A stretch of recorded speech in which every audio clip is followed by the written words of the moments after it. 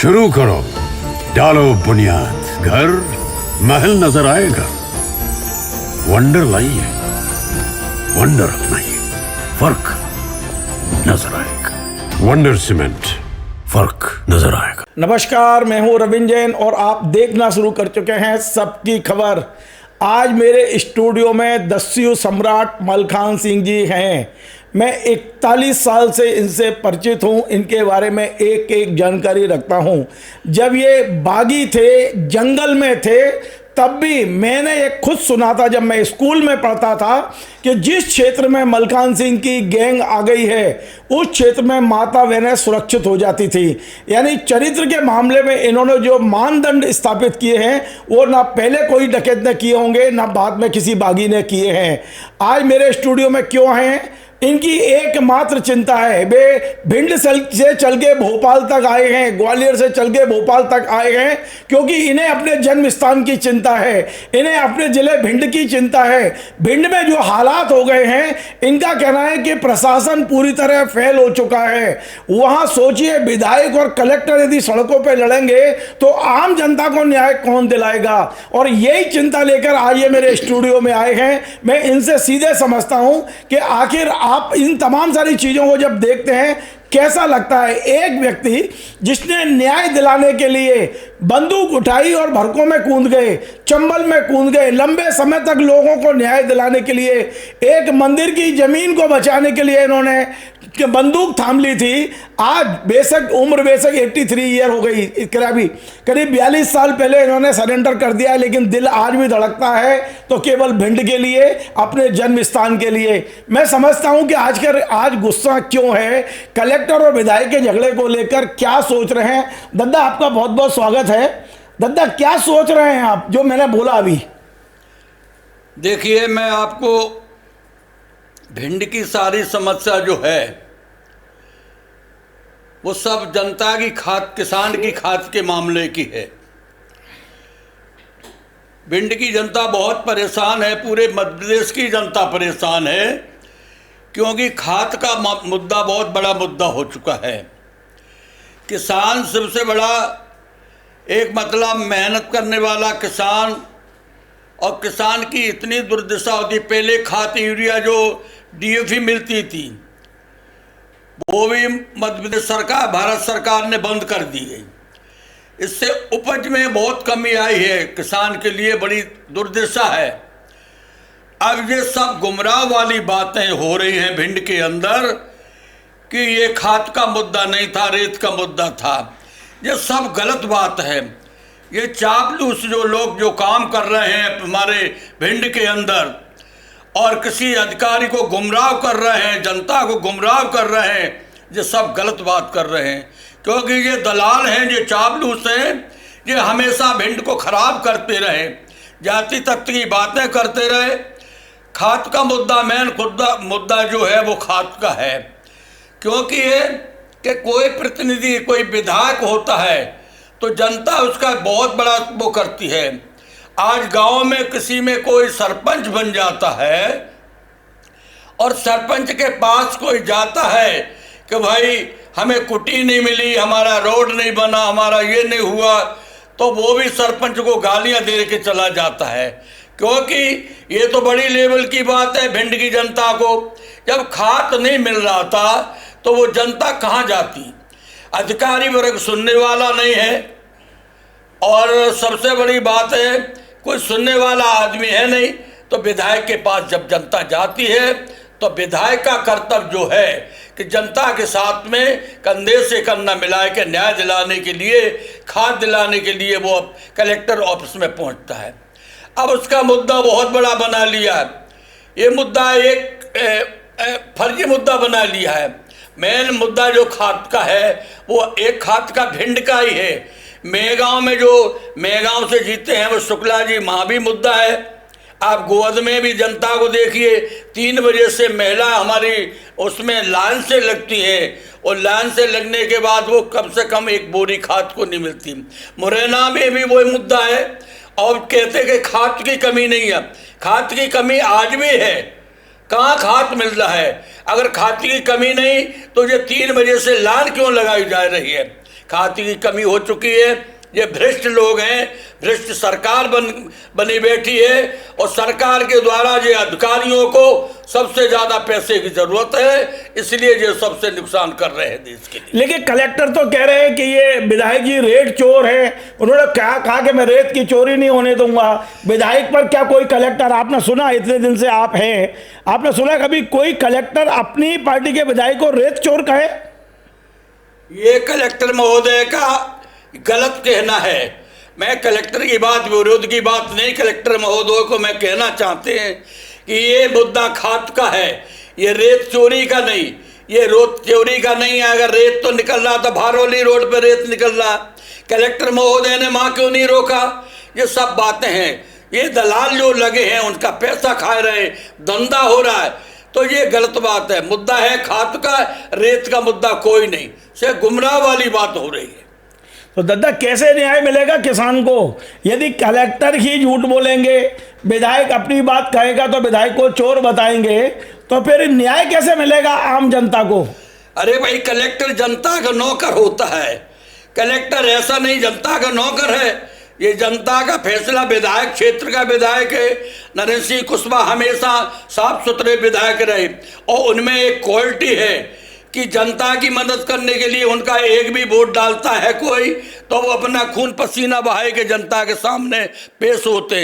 नरेंद्र सिंह कुशवाहा को, क्यों, मैं भिंड के रहने वाले हैं, हम उनको बचपन से जानते हैं, बहुत जानते हैं। उनकी हमेशा एक पीड़ा ये रही कि किसान के हक में, गरीबों के हक में कहीं भी कोई क्राम, कोई नुकसान करता है, सताता, तो वो जरूर उसके दरवाजे पे जाके पहुँचते हैं। दादा यदि भिंड का एक और रही है, तासीर रही है भिंड की, भिंड में यदि न्याय नहीं मिलता है तो लोग बंदूक उठा के न्याय ले लेते हैं। यदि ये हालात रहे तो वहाँ लॉ एंड ऑर्डर की स्थिति क्या रहेगी दादा? भिंड की यही हालत रही। पक्षपात, अधिकारी जब आते हैं तो हमेशा ये पक्षपात की बात करते हैं। अगर ठीक है, आपका खाद का मुद्दा है, रेत का मुद्दा बनाए रहे, आपकी शिकायत हो रही, सब कुछ सरकार को पता है कि कलेक्टर की महोदय की शिकायत हो रही, तो कलेक्टर को हटाए क्यों नहीं दिया जाता? उनको हटा दिया जाए। कोई दूसरा कलेक्टर नहीं है भिंड के लिए आपके पास, दूसरा कलेक्टर को बैठा दिया जाए। दादा एक और मेरा सवाल है, आप भिंड के लिए जीते हैं, भिंड को आप अपने जीवन में बहुत महत्व देते हैं और उसी भिंड के मंदिर की जमीन के लिए बागी बने थे। मैं सरकार को मतलब ये देखना चाहते हैं कि नरेंद्र सिंह जी ने, एक विधायक ने, भिंड विधायक ने खाद के मुद्दे को उठाए गए, कलेक्टर से कहा, उसको दुनिया का तमाशा बना के बैठ गए। आज भी तमाशा बना हुआ है, ये गलत बात है। क्योंकि कि नरेंद्र सिंह ने खाद का मुद्दा लेके और आए के नरेंद्र सिंह का क्लास लिया जा रहा है। जो अभी प्रदेश अध्यक्ष बने हैं वो क्लास ले रहे, संगठन मंत्री उनका क्लास ले रहे विधायक को। जनता का हक यह है, जनता की लड़ाई लड़ने वाला विधायक होता, आप उसका क्लास ले रहे। और आपने उस दिन क्लास नहीं लिया था कि जब डॉक्टर गोविंद सिंह के मामले में एक विधायक माइक लेके जनता के सामने मीटिंग में बोल रहा है कि जिस दिन डॉक्टर गोविंद सिंह अगर मेरे सामने पड़ जाएगा तो मैं उसको तलवार से सिर काट देंगे। तब बीडी शर्मा कहाँ चले गए थे? कहाँ आपकी भाजपा गई थी? क्या कर रही थी भाजपा आपकी? जो एक डॉक्टर का, एक 7 बार विधायक जीतने वाला साफ सुथरा आदमी, चरित्रवान आदमी, और उसके लिए आप कत्ल कर रहे हैं, उस पर कोई एक्शन लिया? आपने क्यों नहीं लिया? उसका केस चलाया? नहीं चलाया, क्योंकि ये आपकी तानाशाही है। ये आपकी तानाशाही कितने दिन चलेगी? दादा आपकी उम्र 83 साल हो गई और आज भी आप लोगों के लिए लड़ रहे हो, संघर्ष कर रहे हो और भिंड से भोपाल तक आए हो। क्या भिंड की कुछ समस्याओं पर चर्चा करेंगे भोपाल में नेताओं से आप? भिंड के मामले में हम सारी समस्या करेंगे और देश की जहाँ अन्याय होगा देश के प्रति बात करेंगे, गौ माता के प्रति बात करेंगे। किसी बहन बेटी के साथ अन्याय होगा उसका हम विरोध करेंगे और न्याय दिलाने की हम लोग कोशिश करेंगे। क्योंकि चम्बल घाटी पे हमने न्याय की बात की, हमारे टाइम पे चम्बल घाटी पे कोई बहन बेटी के साथ में बलात्कार नहीं कर पाया, किसी की हिम्मत नहीं थी उस लफंगे की। आज देश में तमाम हमारी बहन बेटियों के साथ अत्याचार हो रहा, अन्याय हो रहा है। ये क्या हो रहा है? दादा, अर्जुन सिंह से लेके दिग्विजय सिंह जी आपकी बात को गंभीरता से सुनते थे और निर्णय लेते थे। मैंने देखा आपने मुलाकातें भी की हैं इनसे।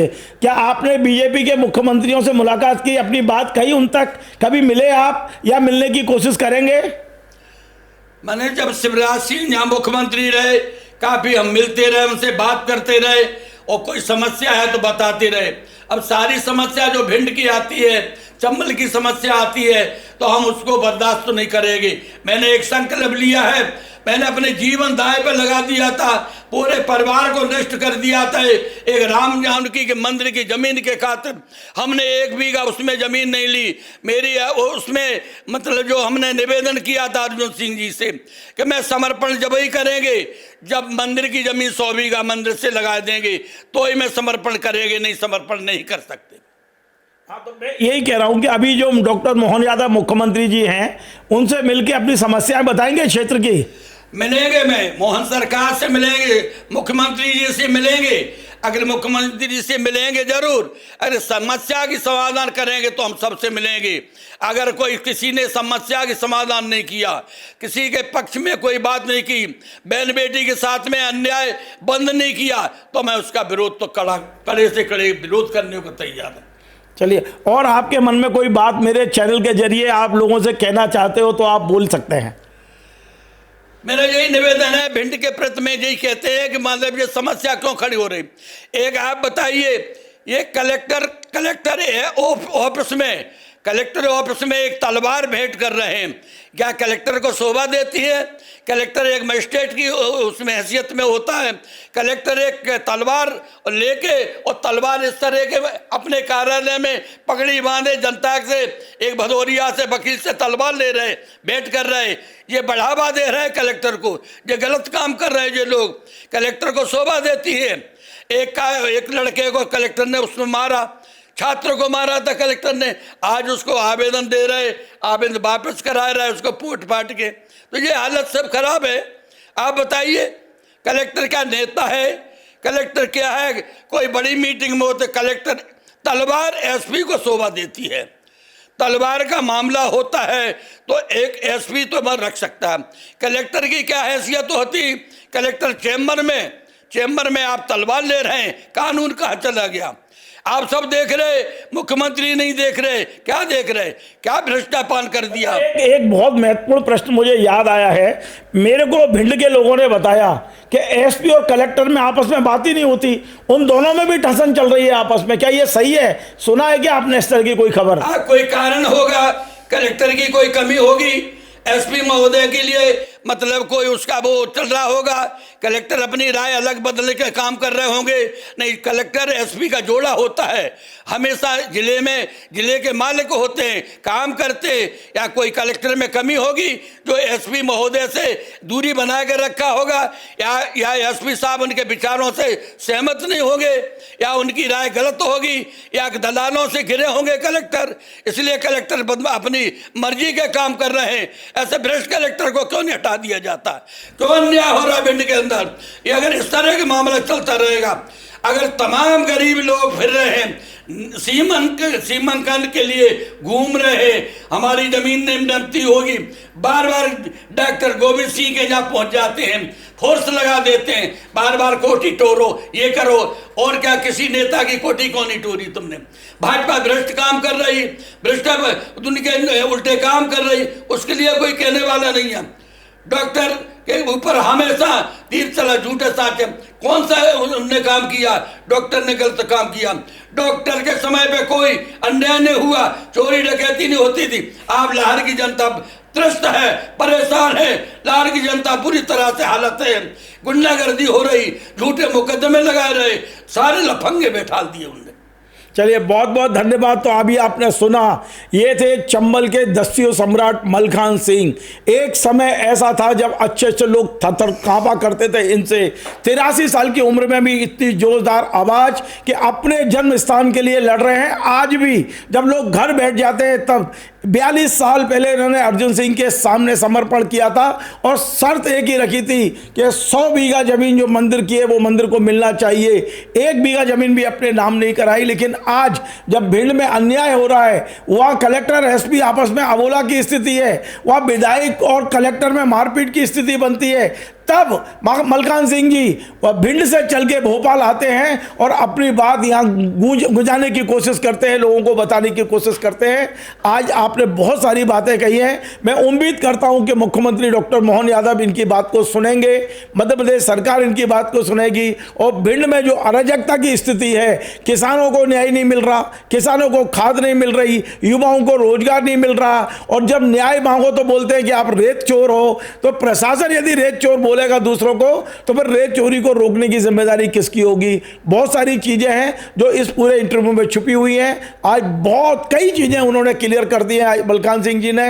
निश्चित तौर पे मैं फिर से कहूंगा कि दस्यु सम्राट मलखान सिंह का एक जमाना था, आज भी उनका जमाना है, क्योंकि भिंड के लिए वे जी रहे हैं और भिंड के लिए भोपाल तक पहुंचे हैं।